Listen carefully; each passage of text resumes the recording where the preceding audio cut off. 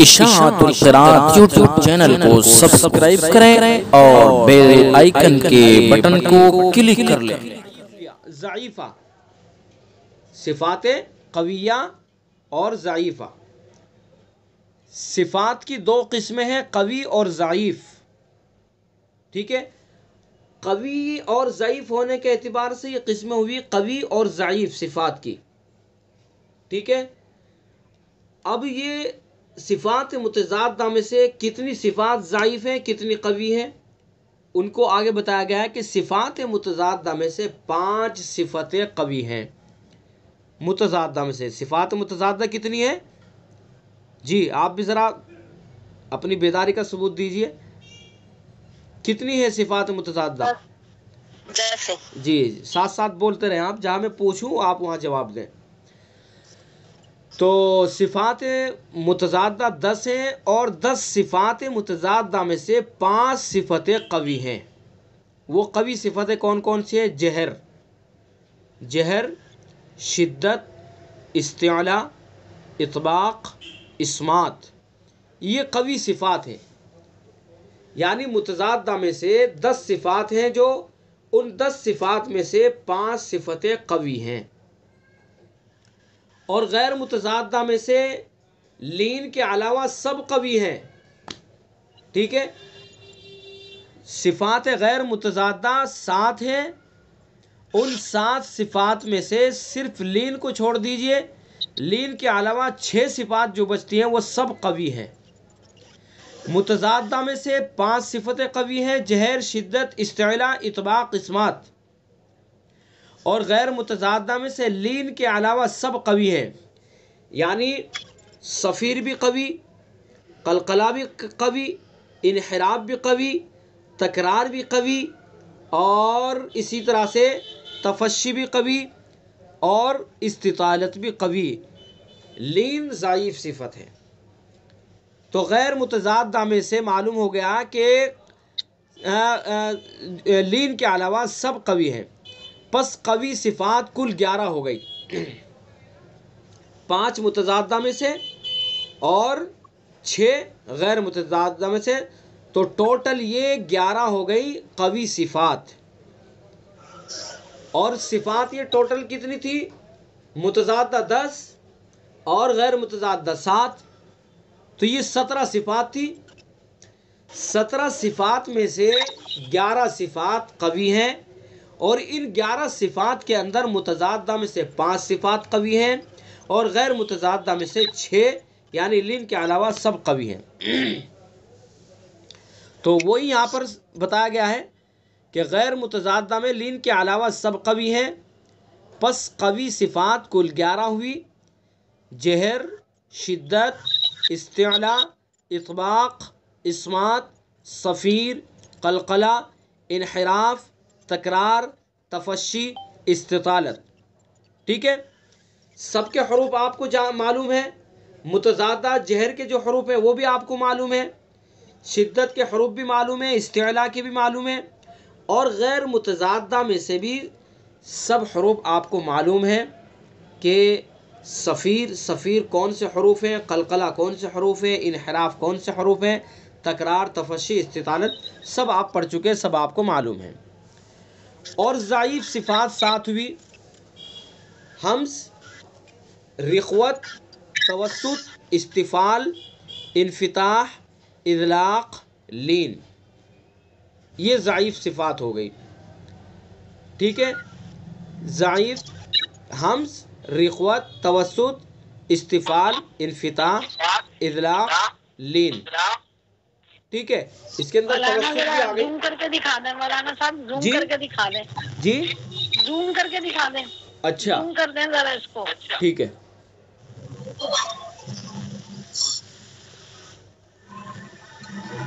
یہ دیکھیے صفات قویہ اور ضعیفہ، یہ تو آپ کو سمجھ میں آ رہی ہیں۔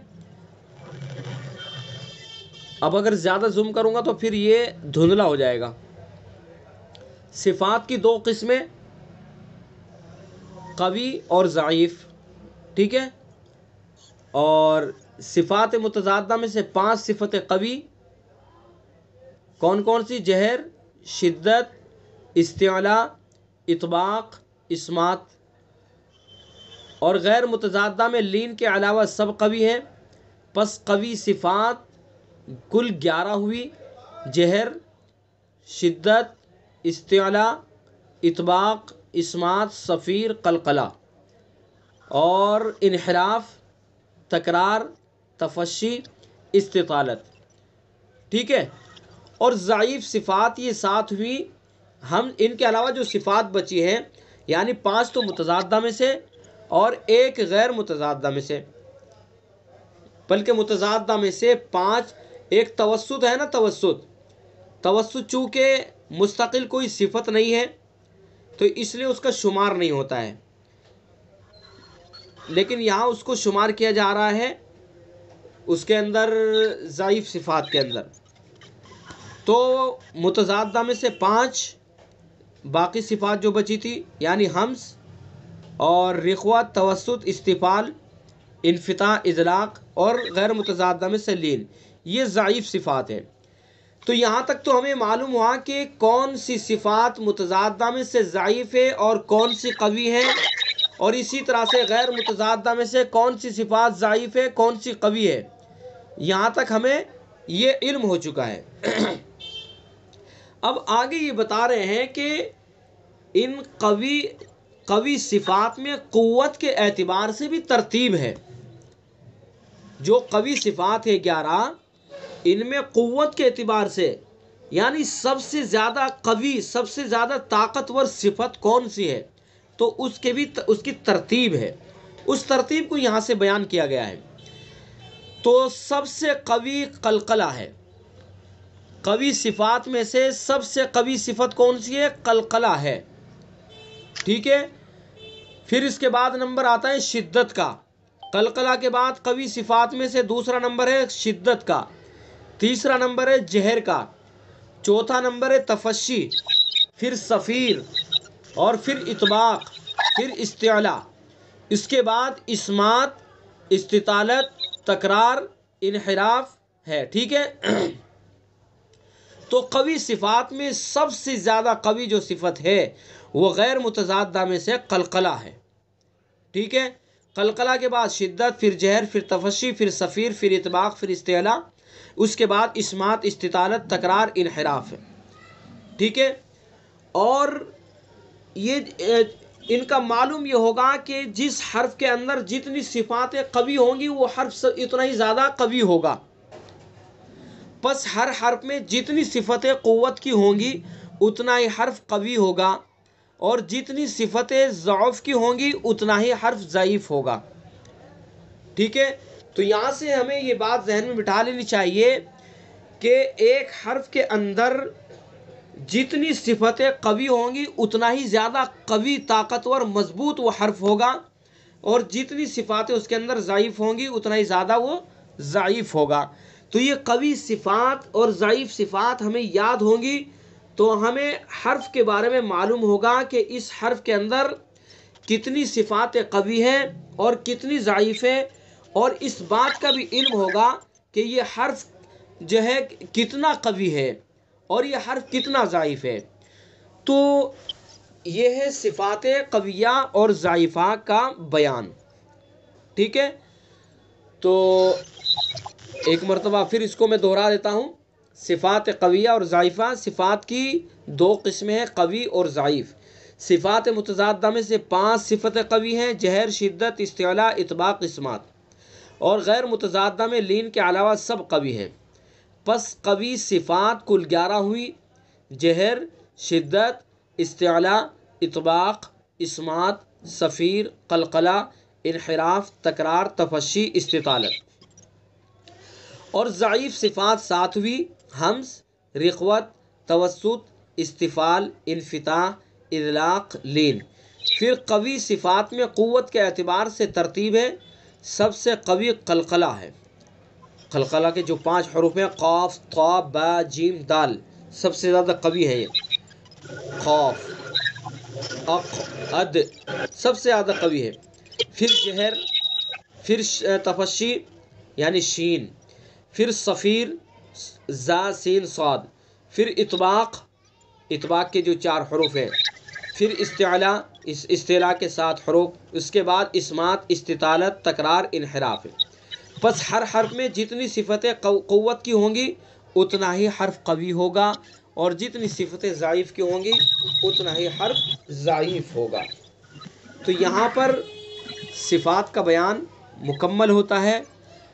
اب آگے حروف کا بیان ہے، حروف کی تقسیم، کہ حروف کی تقسیم کتنی اعتبار سے ہے، اور حروف کے درجے، ان کی تقسیم، کون سا حرف کتنا زیادہ قوی، کتنا زیادہ ضعیف، اس کو تفصیل سے آگے بیان کیا گیا ہے۔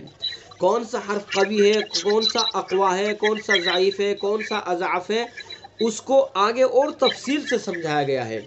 اور آگے کا سبق پڑھنے کے بعد صفات کا بیان اور حروف کا یہ جو بیان ہے ان کو اور زیادہ اچھی طرح سے سمجھ میں آئے گا۔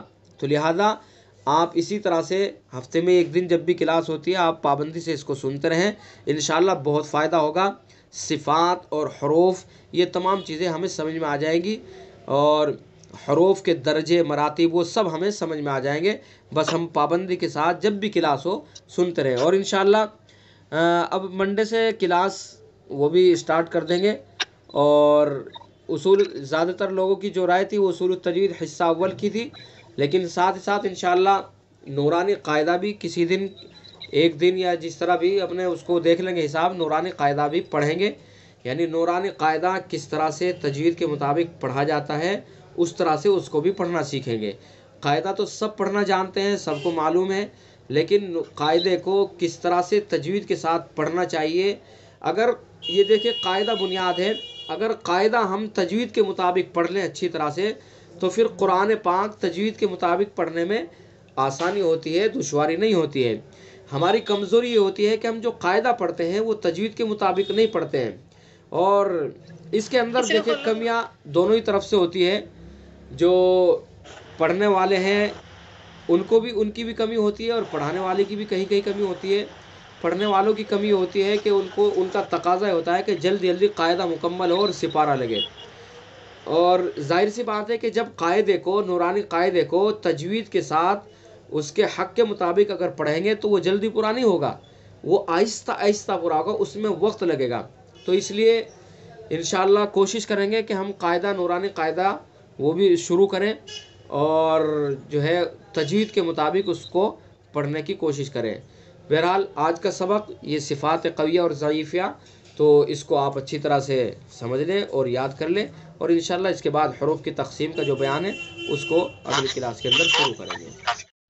اشاعت القرآن یوٹیوب چینل کو سبسکرائب کریں اور بیل آئیکن کے بٹن کو کلک کر لیں۔